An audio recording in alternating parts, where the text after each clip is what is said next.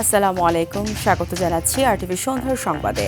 আপনাদের সঙ্গে আছি আমি ফারিয়া শারমিন এবং আমি সৈয়দা সাদিয়া বেনাজির। রাজধানীর পল্লবীতে ৮ বছরের শিশু রামিসা হত্যা মামলায় প্রধান আসামি সোহেল রানা ও তার স্ত্রীর বিরুদ্ধে আনুষ্ঠানিক বিচার শুরুর আদেশ দিয়েছেন আদালত। কাল থেকেই শুরু হবে সাক্ষ্য গ্রহণ। মামলার কার্যক্রম প্রতিদিন পরিচালনার আবেদন বিশেষ পাবলিক প্রসিকিউটরের। জিএম মাহমুদের রিপোর্ট। গেল ১৯ মে রাজধানীর পল্লবীর একটি ফ্ল্যাট থেকে দ্বিতীয় শ্রেণীর ছাত্রী রামিসার গলা থেকে বিচ্ছিন্ন মরদেহ উদ্ধার করে পুলিশ। এ ঘটনায় ওই ফ্ল্যাট থেকে স্বপ্না খাতুন নামে এক নারী এবং নারায়ণগঞ্জ থেকে প্রধান অভিযুক্ত সোহেল রানাকে আটক করা হয়। মামলা হয় পল্লবী থানায়। প্রথমে ধর্ষণ, পরে হত্যার ঘটনায় করা এ মামলার আনুষ্ঠানিক অভিযোগ গঠনের শুনানির জন্য সোমবার ঢাকার শিশু সহিংসতা দমন ট্রাইব্যুনালে আনা হয় প্রধান আসামি সোহেল রানা ও তার স্ত্রী স্বপ্না খাতুনকে। শুনানি শেষে দুই আসামির বিরুদ্ধেই বিচার শুরুর আদেশ দেয় আদালত। কাল থেকে শুরু হবে সাক্ষ্য। এ সময় আসামিদের সর্বোচ্চ সাজা প্রত্যাশা করেন বিশেষ পাবলিক প্রসিকিউটর। আবেদন জানান প্রতিদিনই মামলার বিচারিক কার্যক্রম পরিচালনার ৯-২ ধারায় সাজা হলো মৃত্যুদণ্ড অথবা সশ্রম যাবজ্জীবন কারাদণ্ড এবং একই সাথে ৩০ ধারাতেও তাই। তবে অভিযোগ অস্বীকার করে ন্যায় বিচার প্রত্যাশা করেন আসামি পক্ষের রাষ্ট্রনিযুক্ত আইনজীবী। আমরা আমাদের আসামি পক্ষে যে সকল যুক্তি উপস্থাপন করা দরকার আমরা চেষ্টা করব ন্যায় বিচারটা নিশ্চিত হোক। এদিকে আসামিদের সর্বোচ্চ শাস্তির দাবি জানান আদালতে উপস্থিত সাধারণ মানুষ। তারেক জিয়ার কাছে একটাই আবেদন, যেন তার ফাঁসি দেওয়া হয়। ফাঁসি ডাইরেক্ট ফাঁসি। বহুল আলোচিত নৃশংস এ হত্যা মামলায় রামিসার বাবা মা, স্বজন, প্রতিবেশী ও পুলিশ সহ ১৮ জনের সাক্ষ্য দেওয়ার কথা রয়েছে। GM Mahmud, RTV, Dhaka. রাজধানীর আদ্দিন হাসপাতালে চিকিৎসাধীন অবস্থায় ৬ নবজাতকের মৃত্যুর ঘটনায় নড়ে চড়ে বসেছে সরকার। নেওয়া হচ্ছে কঠোর আইনগত পদক্ষেপ। আগামী ৩ দিনের মধ্যে তদন্ত প্রতিবেদন জমা দেওয়া হবে বলে জানিয়েছেন স্বাস্থ্য ও পরিবার কল্যাণমন্ত্রী সরদার মোহাম্মদ সাখাওয়াত হোসেন। তিনি বলেন, কোনো অপরাধী যেন আইনি ফাঁক ফোকর দিয়ে পার পেয়ে যেতে না পারে, সেজন্য অ্যাটর্নি জেনারেলের পরামর্শ নেওয়া হচ্ছে।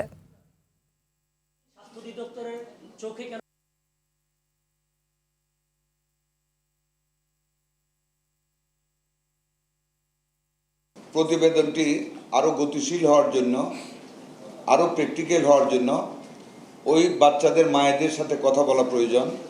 একটা মামলা মাত্র হয়েছে, সিআইডি টেক আপ করেছে, এটা তদন্তের ব্যাপার আছে, পরিস্থিতি পর্যবেক্ষণ করে তারপরে তো অ্যাকশনে যাবে। এর যে আইনগত যে সমস্ত দিকগুলো সেগুলো আমি মাননীয় মন্ত্রী সহ আজকে উচ্চ পর্যায়ের কমিটির সামনে উল্লেখ করেছি। আমাদের সদস্য অন্তর্ভুক্ত হয়েছে। প্রকৃতপক্ষে জন্য দায়ী দোষী ব্যক্তি তারাই বিচারের মুখোমুখি হবেন। আদ্দিন হাসপাতালে ৬ শিশুকে অব্যবস্থাপনা ও অবহেলার মাধ্যমে হত্যা করা হয়েছে বলে অভিযোগ তুলেছেন সন্তান হারানো হাবিবুর রহমান ফাহিমা দম্পতি। ২৭ মে রাতের অভিজ্ঞতা জানাতে গিয়ে তারা বলেন, সেই সময় ওয়ার্ডে কোনো চিকিৎসক বা নার্স ছিল না। পরে ৩ দিনের আয়শাকে এনআইসিইউতে নিতে হলে চিকিৎসক পেটে গ্যাস জানে আবারও ওয়ার্ডে ফেরত পাঠান। এরপর মারা যায় সে। আরও জানাচ্ছেন AR বাদল।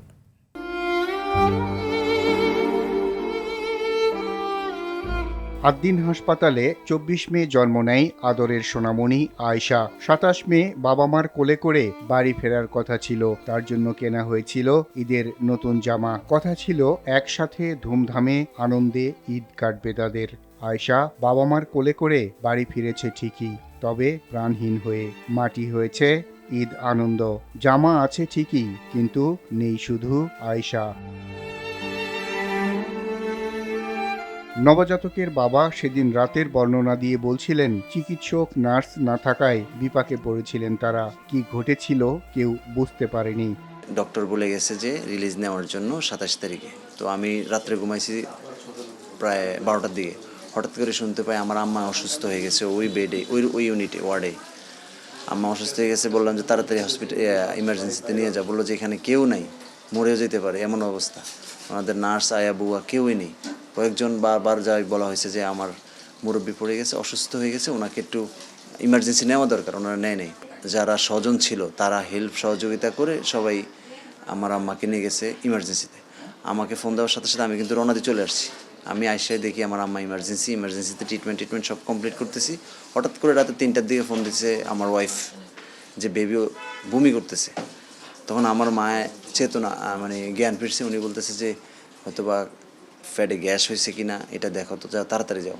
পরে আমি গেছি, যাই দেখি আমার বেবি বমি করতেছে। আমি বলছি তাড়াতাড়ি বাইরে নিয়ে আসো। বাইরে নিয়ে আসছে, আমি দেখি যে সুস্থ একদম, একটু বমি করছে। আমি নিয়ে গেছি NICU-তে 6 তলা।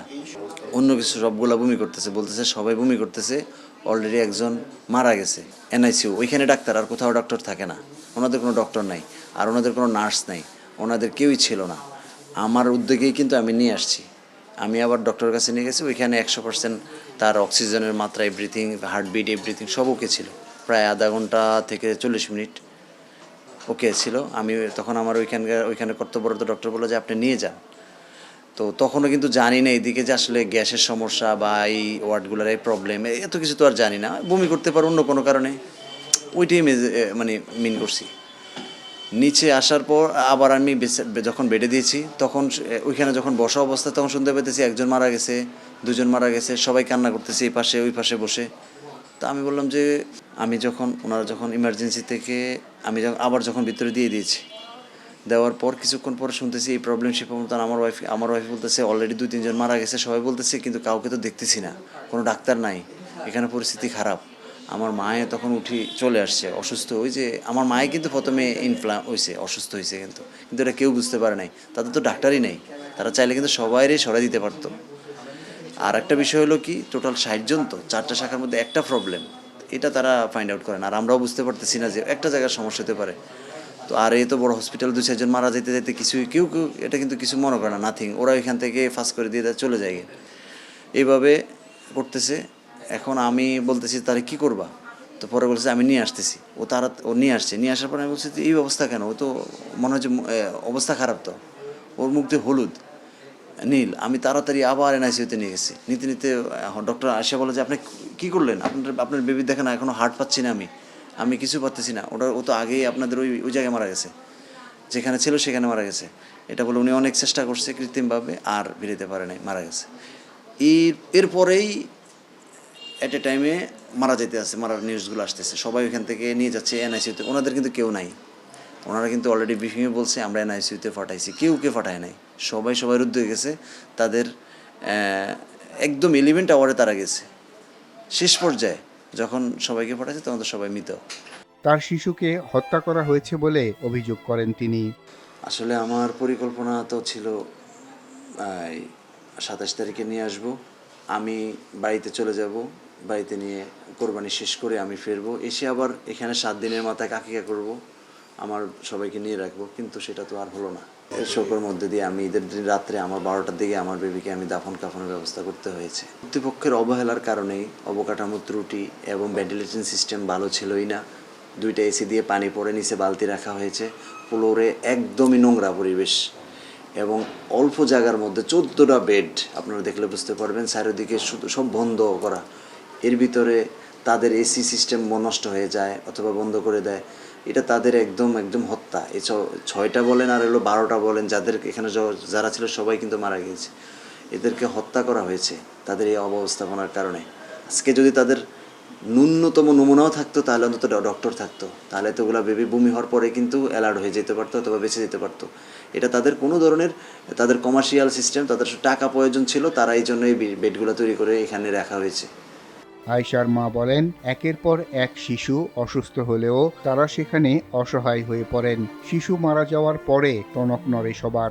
রাত্রে 12টার পরে সম্ভবত এসিটা বন্ধ করছে। তারপরেই হচ্ছে যে কিছুক্ষণ পরে সকল বাচ্চা হঠাৎ কান্নাকাটি, একসাথেই কান্নাকাটি, প্রত্যেকটা বাচ্চা, মানে একজনও না, একটু পর কান্না করে আবার ঘুমায়, এর ভিতরেই ছিল। তারপরে আবার শুনি যে বমি করতেছে। তারপরে আমি কিছুক্ষণ পরে শুনি যে পিছনে আমার বেডের বাচ্চা একজন হঠাৎ নীল হয়ে কীরকম জানি করতেছে, তাড়াতাড়ি নিয়ে গেছে, শুনে যে মারা গেছে। ঠিক এভাবে একের পর এক মানে নিতেছে আর আনতেছে, এরকম হয়েছে। তারপরে কিছুক্ষণ পরে দেখি সেম আমার একই সমস্যা, আমার বাচ্চা বমি করছে, বমি করার পরে সেম আমার একই। তারপর আমি আমার হাজব্যান্ডকে ফোন দিছি আর উনি ওকে নিয়ে গেছে ICU-তে। ওখানে কিছুক্ষণ রাখার পরে বলছে যে আপনার বাচ্চা সুস্থ আছে, গ্যাস হয়েছে পেটে, এটা বলে দিয়ে দিছে যে বাচ্চাকে খাওয়ায় নিয়ে আসেন একটু পরে। তখনই মূলত আমার বাচ্চা হঠাৎ নেওয়ার পরে এমন ঘাম কীরকম জানি করছিল, আমরা তো বুঝতে পারি না, বুঝতে পারলে তো নিয়ে আসতাম। তারপর আমরা বাহিরে কিছুক্ষণ পর নিয়ে গেছি, নিয়ে যাওয়ার পরে এভাবে আস্তে আস্তে কীরকম নিস্তেজ হয়ে গেছে চেহারা, মানে কেমন জানি হয়ে গেছে। তার কিছুক্ষণ আমাকে জানাই নাই যে মারা গেছে, প্রথমে আমাকে জানাই নাই, পরে আমি শুনছি যে বাবু মারা গেছে আর কি। ডাক্তার তো ছিলই না, নার্সদের আচরণও ছিল বাজে। সে দুনিয়াতে আসছে, আমরা সেদিনকে ঈদের আগের দিন রিলিজ পাবো, বাড়িতে আসব, সেখানে মৃত নিয়ে যাব, সেটা কখনোই ভাবি নাই। আমার হাতে ক্যানোলা ছিল, তো আমার হাতে স্যালাইন আর যাইতেছে না। তারপরে কি করছে, আমার স্যালাইন দেওয়ার টাইম হয়েছে, কিন্তু ওনারা কি করছে, স্যালাইনটাও দেয় না। মানে আপনার সাথে আমি একটা প্রশ্ন করলে আপনি উত্তর দিবেন, সেটার উত্তরও দেয় না। মানে এরা কাজ কমপ্লিট করে তারপরে যে আমাকে 1 ঘন্টা পরে স্যালাইনটা দিতে আসছে। মানে এরকম একটা জিনিস জিজ্ঞাসা করলে মুখ দিয়ে বেরই হয় না। মানে এতটা, মানে এদের গম্ভীরতা, একটু মানে কোনো কিছুই এদের থেকে, হ্যাঁ, প্রত্যেকটা জিনিসই মনে হয় রুগীকে রুগীই মনে করে নাই।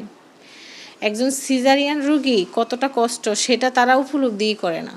যদি সিসিটিভি ফুটেজও দেখবেন যে ডাক্তার তো থাকেই না, নার্সরা তো থাকবে, নার্সরাও নাই। কোনো সমস্যা হলে তো আমরা নার্সের কাছে আগে যাব না, তারাই তো ছিল না। তারা যদি আজকে অন্তত একটা ব্যক্তিও থাকতো, তারা অন্তত বুঝতে পারে না, আমাদেরকে বলতো আপনারা তাড়াতাড়ি বের হয়ে যান, সেটাও করতে পারে না। 8 দিন হাসপাতাল কর্তৃপক্ষ সহ হাসপাতালগুলো দেখভালের দায়িত্বে থাকা সরকারি সংস্থাগুলোও এ হত্যার দায় এড়াতে পারে না জানিয়ে তাদেরও শাস্তি চান ভুক্তভোগীরা।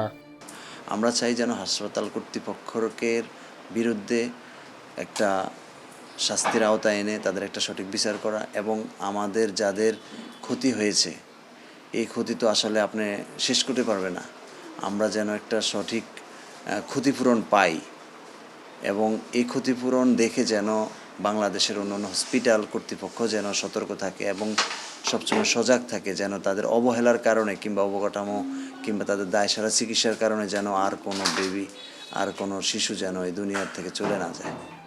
আর বাদল, RTV, ঢাকা। সাংবাদিকদের পেশাগত দায়িত্ব পালনে কোনো ধরনের অনৈতিক বাধা মোকাবেলায় সরকার জিরো টলারেন্স নীতি অবলম্বন করবে বলে জানিয়েছেন তথ্যমন্ত্রী জহির উদ্দিন স্বপন। গণমাধ্যমকে সম্পূর্ণ স্বাধীন ও স্বচ্ছ রাখার পরিবেশ নিশ্চিত করাই সরকারের মূল লক্ষ্য বলে জানান মন্ত্রী। সোমবার সচিবালয়ে সাংবাদিকদের সঙ্গে মতবিনিময়কালে মন্ত্রী আরও বলেন, মূলধারার সব গণমাধ্যম যেন নির্বিঘ্নে পেশাগত দায়িত্ব পালন করতে পারে সে বিষয়ে সরকার সহযোগিতা করবে বলেও জানান তিনি। জনতুষ্টবাদী সিদ্ধান্ত গ্রহণ করাটাই কিন্তু সরকারের একমাত্র কাজ নয়। সরকারের কাজ হচ্ছে দীর্ঘমেয়াদে সুশাসন বজায় রাখা। পবিত্র ঈদুল আজহার ছুটি শেষে বাস, ট্রেন, লঞ্চে ঢাকা ফিরতে শুরু করেছে রাজধানীবাসী। সকালে 2টি ট্রেনের শিডিউল বিপর্যয়ে কিছুটা ভোগান্তি পোহাতে হয় যাত্রীদের। ভোর থেকেই ঢাকায় ফিরতে শুরু করেছেন কর্মজীবী মানুষ। প্রতিটি ট্রেনেই দেখা যায় যাত্রীদের চাপ। কর্তৃপক্ষ জানায় পুরো সপ্তাহ জুড়েই চাপ থাকবে রেলে।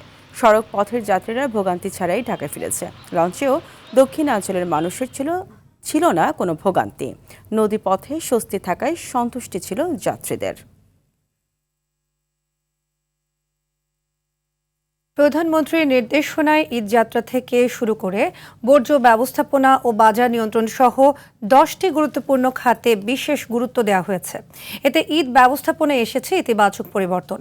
বিকেলের সংবাদ সম্মেলনে এসব কথা বলেন প্রধানমন্ত্রীর উপদেষ্টা ও কার্যালয়ের মুখপাত্র মাহাদি আমিন। আরও জানাচ্ছেন শামীম চৌধুরী। ভাইরা এবং বোনেরা, ঈদ মানেই আনন্দের প্রত্যাশা, স্বজনের কাছে ফেরার তাগিদ আর নির্বিঘ্ন যাত্রার আকাঙ্ক্ষা। সেই প্রত্যাশাকে বাস্তব রূপ দিতে এবারের ঈদুল আজহাকে ঘিরে সরকারের বিভিন্ন উদ্যোগের চিত্র তুলে ধরেছে প্রধানমন্ত্রীর কার্যালয়। মাননীয় প্রধানমন্ত্রী নির্দেশিত বিভিন্ন জনসম্পৃক্ত ও গণমুখী উদ্যোগ নিয়ে আজকের এই সংবাদ সম্মেলনের আয়োজন করা হয়েছে। সোমবার বিকেলে তেজগাঁওয়ের প্রধানমন্ত্রীর কার্যালয়ে আয়োজিত সংবাদ সম্মেলনে প্রধানমন্ত্রীর উপদেষ্টা ও কার্যালয়ের মুখপাত্র মাহাদি আমিন বলেন, ঈদকে ঘিরে জনজীবনের সঙ্গে সরাসরি সম্পর্কিত 10টি বিষয়ে বিশেষ গুরুত্ব দিয়ে পদক্ষেপ নিয়েছে সরকার। নির্বিঘ্নে ঈদ যাত্রা নিশ্চিতকরণ, শ্রমিকদের বেতন ভাতা পরিশোধ, দেশীয় পশুর বাজার সুরক্ষা, দ্রুত বর্জ্য অপসারণ, গণপরিবহনের শৃঙ্খলা, চাঁদাবাজি ও সিন্ডিকেট দমন এসব উদ্যোগের সমন্বিত বাস্তবায়নে ঈদ ব্যবস্থাপনার বিভিন্ন ক্ষেত্রে দৃশ্যমান ইতিবাচক পরিবর্তন এনে দিয়েছে। মাহাদি আমিন বলেন, সরকার দেখানোর চেষ্টা করেছে যে সঠিক পরিকল্পনা ও কার্যকর ব্যবস্থাপনা থাকলে সংকটের মধ্যেও শৃঙ্খলা ও আস্থা ফিরিয়ে আনা সম্ভব। মাননীয় প্রধানমন্ত্রীর সরাসরি ও সুস্পষ্ট নির্দেশনায় এই ঈদে রাষ্ট্র পরিচালনায় দায়বদ্ধতা, প্রশাসনিক সমন্বয় এবং নীতিগত পরিবর্তন দেখা গিয়েছে। জনপ্রতিনিধিদের নিজ নিজ এলাকায় ঈদ উদযাপন করতে বলেছেন। এ সময় প্রধানমন্ত্রীর অতিরিক্ত প্রেস সচিব আতিকুর রহমান রুমন জানান, ঈদের ছুটিতেও প্রধানমন্ত্রী সার্বিক পরিস্থিতি পর্যবেক্ষণ সহ বিভিন্ন কার্যক্রম তদারকি করেছেন। সরকারি ছুটিগুলো গেল, আমরা সবাই কম বেশি ছুটি কাটিয়েছি। আমাদের প্রধানমন্ত্রী জনাব তারেক রহমান কিন্তু একটি মুহূর্তও ঘরে বসে থাকেনি, প্রতিটি মুহূর্তই কাজ করেছে। ডিজিটাল মাধ্যমে খণ্ডিত সংবাদ প্রচার না করে সত্য ও বস্তুনিষ্ঠ সংবাদ প্রচারে গণমাধ্যমের প্রতি আহ্বানও জানান প্রধানমন্ত্রীর অতিরিক্ত প্রেস সচিব। ভালো করে বিবেচনা করে তারপরে মনে হয় আমার নিউজটা করা উচিত। শামীম চৌধুরী, RTV, ঢাকা। 69-এর গণ অভ্যুত্থান ও মুক্তিযুদ্ধের অন্যতম সংগঠক, সাবেক মন্ত্রী ও আওয়ামী লীগের বর্ষিয়ান নেতা তোফায়েল আহমেদ মারা গেছেন। ইন্না লিল্লাহি ওয়া ইন্না ইলাইহি রাজিউন। বিকেল 3:30টায় রাজধানীর একটি হাসপাতালে তিনি মারা যান। 82 বছর বয়সী এই রাজনীতিবিদ দীর্ঘদিন অসুস্থ ছিলেন। তোফায়েল আহমেদ 9 বার জাতীয় সংসদের সদস্য ছিলেন। দীর্ঘদিন বাংলাদেশ আওয়ামী লীগের সভাপতিমণ্ডলীর সদস্য হিসেবে দায়িত্ব পালন করেন তিনি। ধানমন্ডির তাকওয়া মসজিদে তার প্রথম জানাজা অনুষ্ঠিত হয়েছে। আগামীকাল তাকে ভোলায় নিয়ে যাওয়া হবে। বাদ জোহর ভোলা জেলা স্কুল মাঠে জানাজা শেষে পারিবারিক কবরস্থানে দাফন করা হবে। সন্ধ্যার সংবাদ এ পর্যন্তই। রাতের সংবাদ 11:15টায় দেখার আমন্ত্রণ রইল। ধন্যবাদ সবাইকে। ধন্যবাদ সবাইকে।